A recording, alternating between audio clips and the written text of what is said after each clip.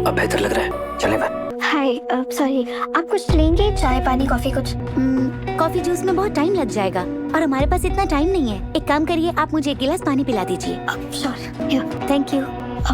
Actually हमने ना बहुत कोशिश की आपकी फीस अरेंज करने की, बट हमसे नहीं हो पाया। हम लोन भी नहीं ले सकते क्योंकि हम पे ऑलरेडी एक स्टूडेंट लोन है। हमें उधार देने वाला भी कोई नहीं है। हमें नहीं समझ आ रहा हम आपकी फीस देंगे कैसे। ये बात ना आप हमें फोन पे भी बता सकती थी। हमें एक अपॉइंटमेंट के लिए निकलना था और आपने हमारा टाइम क्यों खराब किया? नहीं प्लीज सॉरी, हम आपका टाइम वेस्ट नहीं करना चाहते थे। हम बस ना आपसे फेस टू फेस मिलना चाहते थे। आई वाज होपिंग कि हमारा ये स्ट्रगलिंग राइटर वाला फेस देख के आपको हम पे सिंपैथी आ जाएगी और आप हमें बस 1 वीक का टाइम दे दीजिए फीस देने के लिए। अमाल, 1 वीक तो हम नहीं रुक सकते, लेकिन आपके लिए हम 1 दिन ठहर सकते हैं। 24 घंटे हैं आपके पास, तब तक आप फीस अरेंज कर लीजिएगा और मुझे बता दीजिएगा। अमाल, आई रियली लाइक यू। चाहती हूँ ना कि तुम जल्द से जल्द एक सक्सेसफुल राइटर बन जाओ। मैं नहीं चाहती कि तुम्हारे हाथ से ये मौका निकले, इसीलिए हमने आपकी प्रॉब्लम सॉल्व करने का एक रास्ता निकाल लिया है। रास्ता? क्या रास्ता निकाला आपने? आपकी बहन की एंगेजमेंट हो रही है मुफ्ती माहिद साहब से, राइट?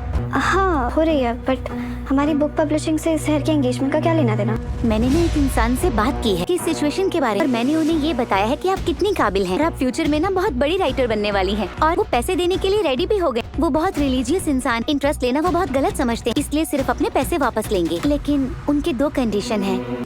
क्या एक माँ की आखिरी ख्वाहिश उसके बेटे की ज़िंदगी बदल सकती है? क्या कौसर को खोने का दर्द माहिद को अंदर से तोड़ चुका है? क्या सहर अपनी माँ के लिए माहिद को माफ़ करके उसकी ज़िंदगी में दोबारा खुशियाँ ला पाएगी? और क्या अमाल को लेकर हुस्ना की साजिश माहिद की इंगेजमेंट को तबाह कर देगी? वही एपिसोड की शुरुआत एक बेहद इमोशनल पल से होती है, जहाँ सहर कौसर को याद करके रो रही होती है। माहिद उसके पास आता है और उसे गले लगाकर समझाता है कि कौसर अब आसमान से उसे देख रही है।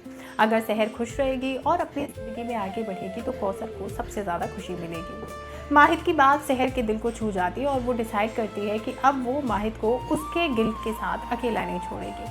सहर उसे याद दिलाती है कि कौसर कहा करती थी कि मुश्किल चाहे जितनी बड़ी हो, ज़िंदगी में मुस्कुराने की वजह कभी नहीं छोड़ना चाहिए।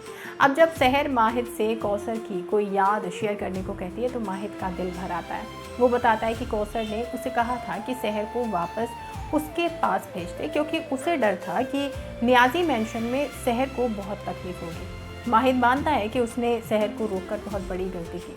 अगर वो उसकी बात मान लेता तो शायद कौसर आज सहर के साथ होती।